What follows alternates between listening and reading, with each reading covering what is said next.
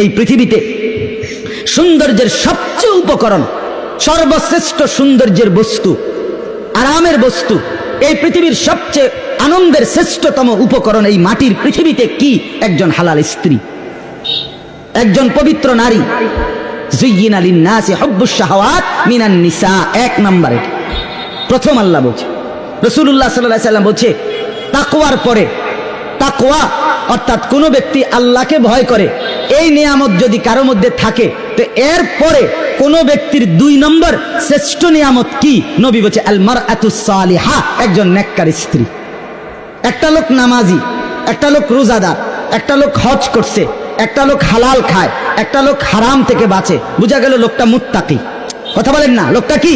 এইবারে এই লোকটার এই যে তাকওয়া, নামাজ, রোজা, হজ, যাকাত, এরপরে হারাম বর্জন, গুনাহ বর্জনের পরে তার শ্রেষ্ঠ সম্পদ কি? শ্রেষ্ঠ নিয়ামত 2 নম্বরে কি? আল্লাহর রাসূল বলছে আল মারআতুস সালিহা, একজন নেক স্ত্রী। এই যে সঙ্গী, এই জোড়া, তার জোড়াটা তার স্ত্রী, তার স্ত্রী তার শ্রেষ্ঠ সম্পদ। আদ-দুনিয়া মাতাউন ওয়া খায়রু মাতাইহা আল মারআতুস সালিহা। নবীজি সাল্লাল্লাহু আলাইহি সাল্লাম বলেন তাম দুনিয়া আল্লাহ তাআলা বান্দার উপভোগের জন্য বানিয়েছেন, আর সর্বশ্রেষ্ঠ উপভোগের আনন্দের বস্তু হালাল স্ত্রী। হালাল, সেটা হালাল হইতে হবে, পবিত্র স্ত্রী হইতে হবে, কোরআন সুন্নাহর বন্ধনে হইতে হবে, শরীয়তের সীমারেখা মেনে নিতে হবে। ওই রাস্তার নর্তকী না, ওই সিনেমার নর্তকী না, ওই বেহায়া বেপর্দা নারী না, অবৈধ প্রেমিকা না, অবৈধ সম্পর্কের কোনো মেয়ে না। যে নারী বেহায়া, যে নারী বেপর্দা, যে নারী বেশরম, যে নারী অবৈধ সম্পর্ক করে, খোদার কসম রাসূলের হাদিস মতে সে কোনো বেডি না, বেডির জাতও না। বেহায়া নারী এটা কোনো বেডিও না, বেডির জাতও না। এটা প্লাস্টিক অথবা ইলাস্টিক অথবা বালতি অথবা লোডা অথবা বদনা। হ্যাঁ, রাসূল বলছেন আল মারআতু আওরা, নারী বলে কাকে? নবী বলছে এক শব্দ, নারী বলে কাকে?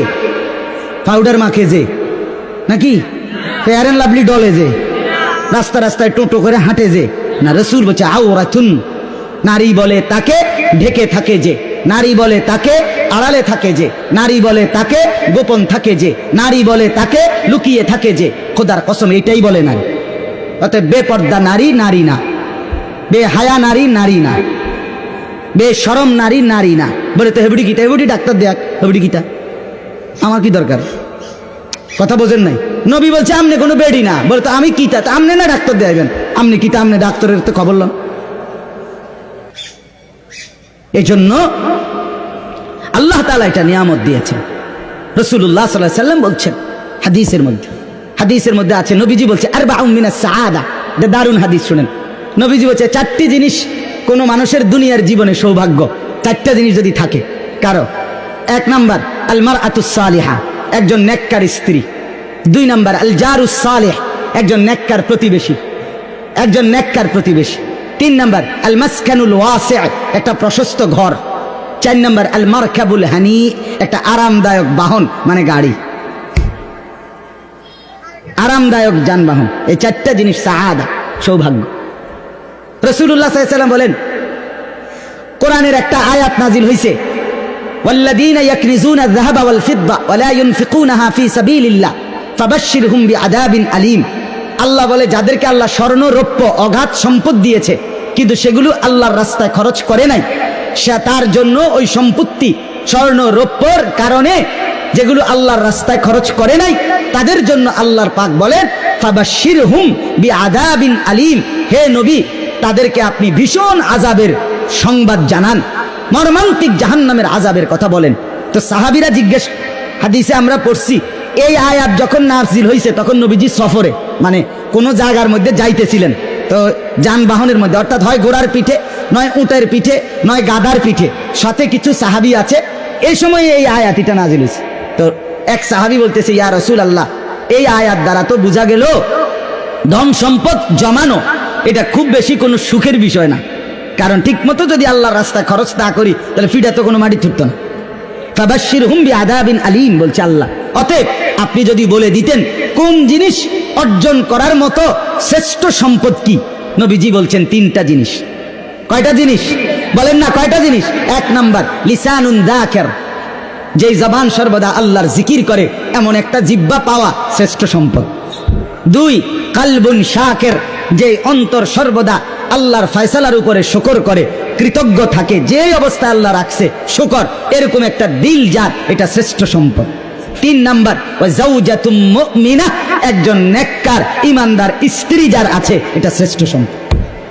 তুঈনুহু আলা ঈমানিহি আই দীনিহি, রাসূল বলছে যে স্ত্রী এমন নেককার যে তার স্বামীকে দ্বীনের কাজে সাহায্য করে, স্বামীকে সাজিয়ে দেয় দ্বীনের জন্য, স্বামীকে গুছায়া দেয়, উৎসাহিত করে দেয় দ্বীনের কাছে। হ্যাঁ, হযরত মাওলানা মুফতি আরিফ বিন হাবিব, বাংলাদেশের বর্তমান সময়ের উজ্জ্বল নক্ষত্র, বাংলাদেশের এক শ্রেষ্ঠ হাদিস বিশারদ, আলেম দ্বীন, বর্তমান সময়ের সারা জাগানো একজন আলেম। ওনার একটা বই বাইরেছে, মিম্বরের আমানত, বইটির নাম 3 খণ্ডে। এটার প্রথম খণ্ডে এই হাদিসটি সব আছে। আমি এই গত 3-4 দিন ধরে ফোরসি বইয়ে গাড়ি এডি, এখন আপনার শুনেন। একজন নেককার স্ত্রী, তাহলে ওয়ামিন কুল্লি শাইইন খালাকনা যাওজাইনি, আল্লাহ বলেন আমি সব সৃষ্টি বানিয়েছি, সব কিছু জোড়ায় জোড়ায় জোড়ায় জোড়ায়। তাহলে আমরা পুরুষ, আমাদের স্ত্রী আমাদের শ্রেষ্ঠ সম্পদ, আমাদের শ্রেষ্ঠ সম্পদ, আল্লাহর কুদরত, আল্লাহর দয়া। অতএব স্বামী আর স্ত্রী মিলে নেককার হওয়া, এটা আমাদের জীবনের বড় অর্জন। আসমান আমাদের মাথার উপরে, এটা দেখে আল্লাহকে চিনা, জমিন আমার পায়ের নিচে, এটা দেখে আল্লাহকে চিনা, আমার স্ত্রীকে আল্লাহর নিয়ামত, এটা দেখে আল্লাহকে চিনা, মিলে মিশে আল্লাহর গোলামি আর বন্দিগির মধ্যে গড়ে তোলা, এটাই হলো আমাদের জীবনের লাভ, আমাদের জীবনের কামিয়াবি। আল্লাহ বলেন এইবার 3টা জিনিস আমি কেন দিলাম বান্দা, মাথার উপরে আসমান কেন দিলাম, পায়ের নিচে জমিন কেন দিলাম, তোমাদের জন্য তোমাদের জোড়া স্ত্রী তোমাদের জন্য কেন বানাইলাম, লাআল্লাকুম তাদাক্কারুন, যেন তোমরা সকলেই উপদেশ গ্রহণ করতে পারো, নসিহত গ্রহণ করতে পারো, আমার গোলামি করতে পারো, আমাকে চিনতে পারো। এত বড় নেয়ামত যিনি দিয়েছেন, আমি তার ইবাদত করব না তো কার করব? মানুষ এত অকৃতজ্ঞ কেমনে হয় বাপ? আহা, একটা বন খাওয়াইছে, একদিন 1 কাপ চা খাওয়াইছে, 1 সপ্তাহ পরে তারে দেখলো, তে ডাক দিলে শর্মে হইলো, তার কথা মতো কদ্দুর তার লগে লগে যায়। একটা যদি আরেকজনে কই তুই তার লগে গেছ, গেলাম নইলে ভাই, কিন্তু এই গত রবিবার হেতে আমারে একটা বন খাওয়াইছে, 1 কাপ চা খান, একটা চোখ শরমতা আছে, একটা বন আর কিটা, কিন্তু এরপরেও তো বন। তো তাহলে একটা বনের জন্য 1 কাপ চা খাওয়ানোর জন্য আপনি এই লোকটার কৃতজ্ঞতা আদায় করলেন।